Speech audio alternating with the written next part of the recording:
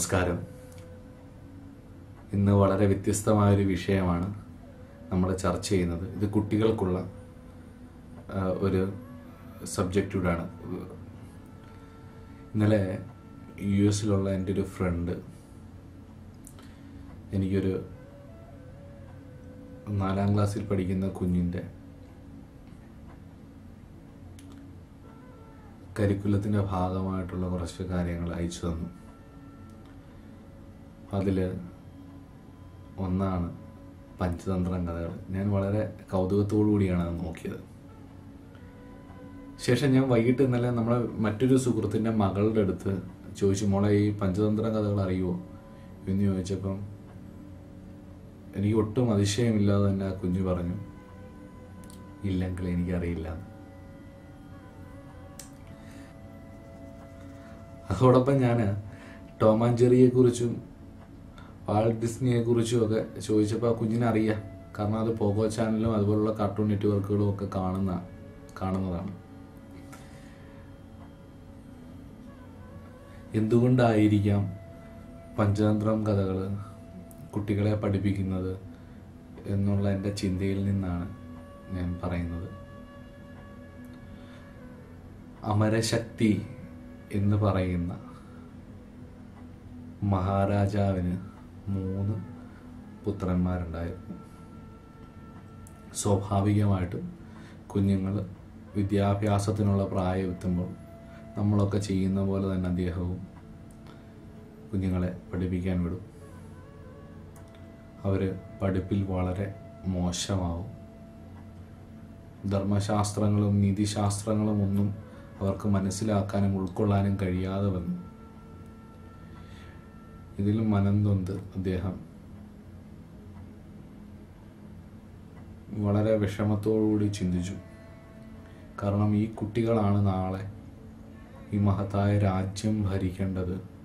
ഇവർ ഭരിച്ചാൽ രാജ്യത്തെ പ്രജകളുടെയും രാജ്യത്തിൻ്റെയും അവസ്ഥ എന്താകും എന്ന് ചിന്തിച്ച് വളരെ വേദനയായി അദ്ദേഹത്തിന്.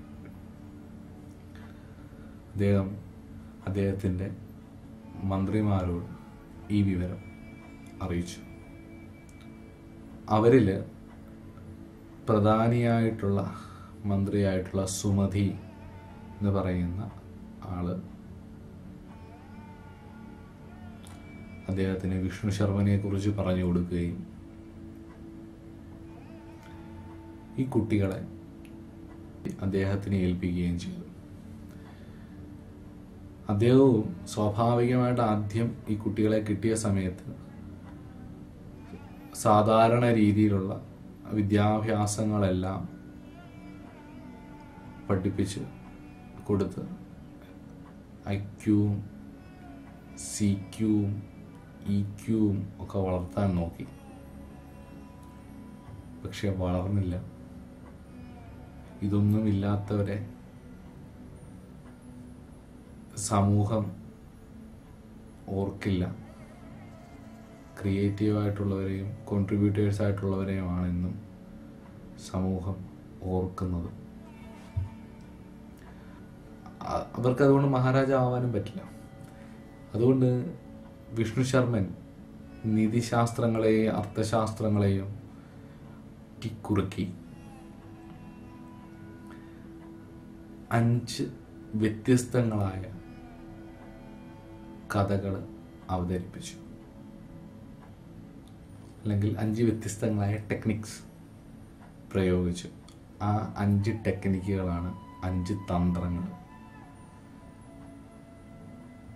ഇതിൽ ഓരോന്നും കഥാരൂപത്തിൽ അവർക്ക് പറഞ്ഞു കൊടുക്കുകയും ആ കുട്ടികൾ വളരെ താതാത്മ്യത്തോടുകൂടി ഈ കഥകൾ കേട്ടിരിക്കുകയും താതാത്മ്യത്തോടുകൂടി കഥകൾ കേട്ടിരുന്നാൽ ഹ്യൂമൻ മെറ്റമോർഫോസിസ് എന്ന പ്രക്രിയ, മനുഷ്യൻ്റെ അവാന്തര പരിണാമം ഉണ്ടാകും എന്നുള്ളത് ഒരു ശാസ്ത്ര സത്യമാണ്. അതൊക്കെയാണ് പുരാണ കഥകളൊക്കെ കേൾക്കുന്നതിൻ്റെ പ്രത്യേകത. അതുമായി അതിലെ കഥാപാത്രങ്ങളിലൂടെ നമ്മുടെ മനസ്സ് സഞ്ചരിക്കുമ്പോൾ നമ്മളതായി മാറുകയും അതിൻ്റെ വികാരങ്ങൾ നമ്മളെ വികാരം കൊള്ളിക്കുകയും അതിൻ്റെ ചിന്തകൾ നമ്മളെ ചിന്തിപ്പിക്കുകയും ഒക്കെ ചെയ്യുമ്പോൾ നമ്മൾ ക്വാളിറ്റി ഉള്ളവരായിത്തീരുന്നു.